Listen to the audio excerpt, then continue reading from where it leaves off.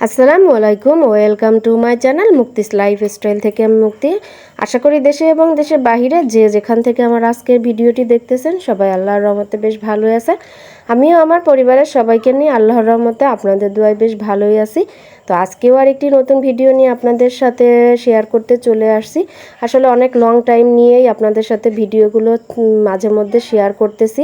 মানে মনটা অনেক খারাপ লাগে আসলে আপনাদের সাথে শেয়ার করি কথাগুলো। আমি এত কষ্ট করে ভিডিও তৈরি করি, আপনাদের সাথে ভালো কিছু উপহার দেওয়ার চেষ্টা করি, কিন্তু আমার ভিডিওতে সেইভাবে ভিউ হচ্ছে না, লাইকও পড়তেছে না, সাবস্ক্রাইবও পড়তেছে না।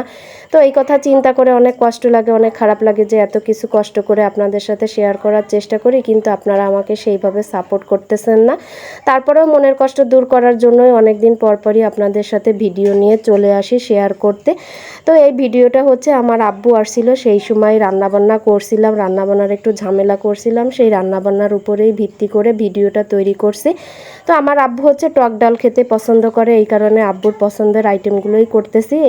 তো টক ডাল রান্না করে এখন হচ্ছে ডিম রান্না করতেছি সয়াবিন ফল দিয়ে। আমার আব্বু এর আগে কখনো সয়াবিন ফল খায়নি, তাই আর কি প্রথম ফার্স্ট আব্বুকে সয়াবিন ফলটা রান্না করে খাওয়াচ্ছি, যে দেখি আব্বু খেয়ে কেমন পছন্দ করে। যাই হোক, ডিম রান্না করে এখন হচ্ছে গরুর মাংসটা রান্না করব। গরুর মাংসটা রান্না করার আগে আমি হচ্ছে মাংসটা ম্যারিনেট করে মাখিয়ে রেখেছি। তো আমার ভিডিওতে আজকেও আপনাদের কাছে অনুরোধ যে আমার ভিডিওটি শুরু থেকে শেষ পর্যন্ত যারা দেখতেছেন, ভিডিওর কোথাও কোনো অংশে যদি কারো এতটুকু ভালো লেগে থাকে তাহলে ছোট্ট একটা লাইক দেওয়ার অনুরোধ থাকলো। আর আমার চ্যানেলটিতে যারা নতুন বা প্রতিনিয়ত যারা আমার চ্যানেলটি দেখে যাচ্ছেন কিন্তু সাবস্ক্রাইব করতে ভুলে যাচ্ছেন, তারা প্লিজ আমাকে সাবস্ক্রাইব করে বেশি বেশি করে সাপোর্ট করবেন।